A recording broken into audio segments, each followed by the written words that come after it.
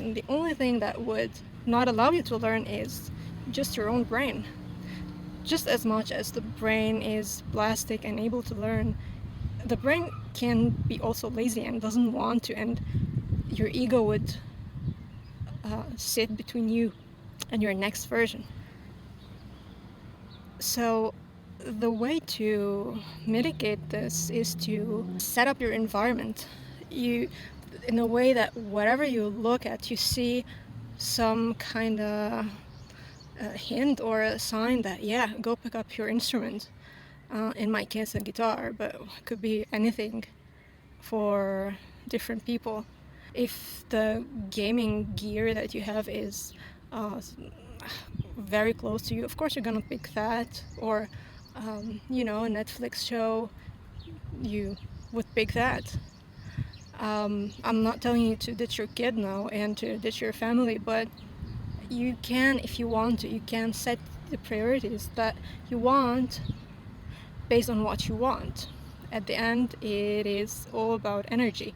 Whatever you think about, whenever you focus on something, it will grow.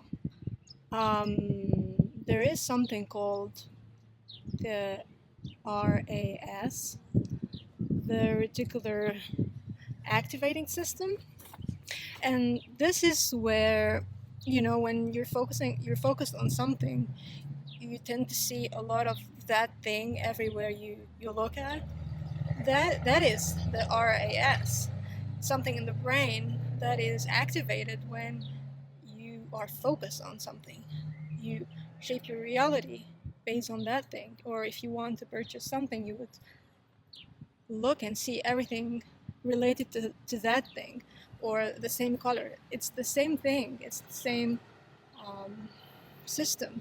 If you want to learn an instrument, if you surround yourself with something, if you buy multiple instruments, for example, multiple guitars, or you watch only guitar content, something will motivate you to continue. Now, it's not only about that, it's about doing and not just seeing. It's about active learning. So you want to pick up the guitar and do things. It's at the end about action, but you're aligning yourself with your environment, with everything you think of. If this is what you want, if this is your purpose, you can do that.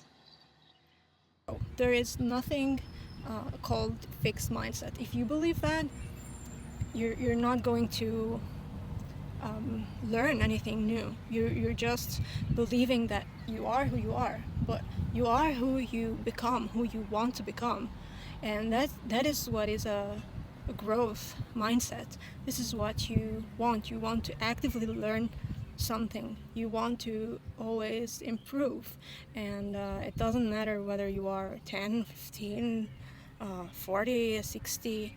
If you want something, you can do it.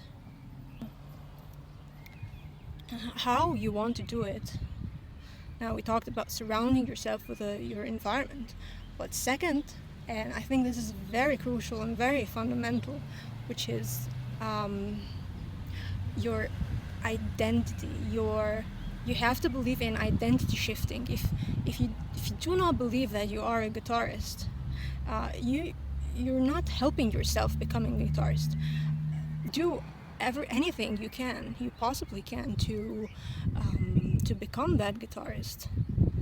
You're not going to be the guitar virtuoso tomorrow, but you are going to work on it.